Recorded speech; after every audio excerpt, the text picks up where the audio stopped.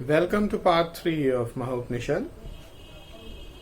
We had reached here and we'll continue the same verse. At the achievement of the great dissolution, when all visible creation, etc., become non-existent, only tranquility remains.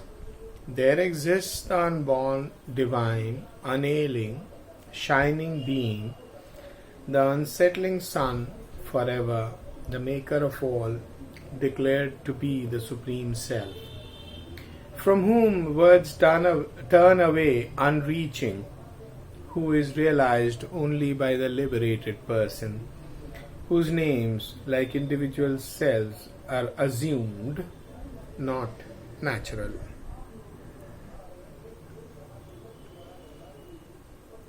O great sage, of the three kinds of ether, that's vacuum or space or nothingness, etc., namely the mental, spiritual, and gross, know the spiritual one to be emptier, subtler than the other two. Here, the word gross is really used in terms of, in the sense of material. When the perception passes from one place to another, the interval is to be known as the spiritual region. In a moment when you reach the stage where all ideations are rejected, then surely you will reach the state of all quiet. That condition or state is samadhi, which excludes bliss and contains the essence of detachment, of nobility and beauty. When joy arises strongly by the realization of the falseness of the visible world, and like and dislike thin away, this realization is indeed the knowledge and its object, spiritual in nature. Only that is the soul state, all else is false. Only the mind made impure by involvement, etc., is worldly life. The same mind is said to be the end of worldly existence when freed from them. An embodied being attained that condition, being brooded over by the mind, freed from bodily tendencies, it is not smeared by body's attributes.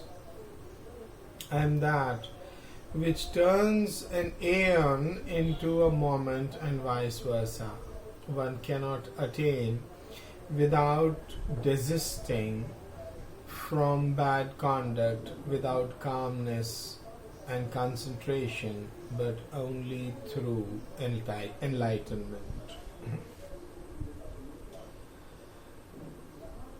One fears never and from nothing, on knowing the nature of the self as bliss, unequaled, attributeless, and one mass of truth and consciousness that is beyond all that is beyond, greater than the greatest, lustrous and eternal in nature, wise, ancient being, worshipped by all gods. As a rule, I am Brahman. These two words are for the liberation of the great, whereas not mine and mine give liberation and bondage respectively. In other words, when you are lost in what is mine, what is someone else's, you are essentially incarcerated. When you realize that everything, nothing is really mine, that the difference is, there is no difference between mine and not mine. There is no difference between me and the cosmos. Cosmos is I, and I am cosmos. That is when you attain liberation. That is when you become contented. When a man perceives even a little difference between these, then there will be fear for him, doubtless. A person with the wisdom as the eye sees the Supreme as present everywhere. One without wisdom does not, like a blind man, the sun. The Supreme Being is knowledge alone. So a mortal becomes immortal only by the vision of Brahman. When the great beyond is seen, the knot of the heart snaps, all doubts are smashed, and all worldly actions die away. I shall tell you the means of curing mental ills. Giving up whatever object is attractive, one attains liberation. The auspicious path cannot be got without subduing the mind, which is giving up desires, and which can be achieved by one's own effort. When the mind is cut by the weapon of non-projection, then is achieved the Brahman, omnipresent and tranquil. Hold yourself unexcited, released from thought of worldly existence, having great wisdom. The swallowed or controlled mind is the place of knowledge. Resorting to great effort, making the mind non-mind, meditating in the heart with the edge of the wheel of consciousness. Kill the mind without hesitation. Your internal enemies will not bind you. I am he, this is mine. The mind is only so much. This is cut down by the knife of non-projection. Whatever propensity called the mind arises from previous impulses, these a wise one is to avoid, and from this there will be reduction of ignorance. Give up the tendency to differentiate, giving up the instinct for worldly enjoyment, then giving up both positive and negative tendencies. Be blissful without mental projection.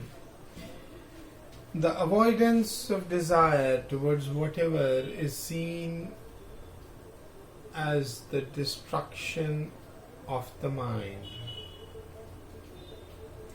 of ignorance. Freedom from desire is extinction or liberation. Acceptance of desire is misery. Acceptance of desire is misery. This is also what Buddha told us. In the unenlightened people, ignorance is seen to exist. How can it exist in a person of sound wisdom? Being accepted only in name. Ignorance swings a person on the steep rocks of samsara, having the thorny bushes of misery, not when ignorance dies away, leading to the desire of perception of the self, reducing delusions. When everything is seen, this desire too melts away. This ignorance is only desire. Its destruction is said to be liberation. This results by the destruction of projections. The intense darkness, ignorance, is reduced when in the sky of the mind the night of propensities fades away by the sight of the sun of consciousness. So this thought caused by force is destroyed by resolution. The mind is bound strongly by the resolution, I am not Brahman. It is released by the resolve, I am Brahman. It is bound by the concept in keeping with the thought, I am lean, bound by misery. I have hands, feet, etc.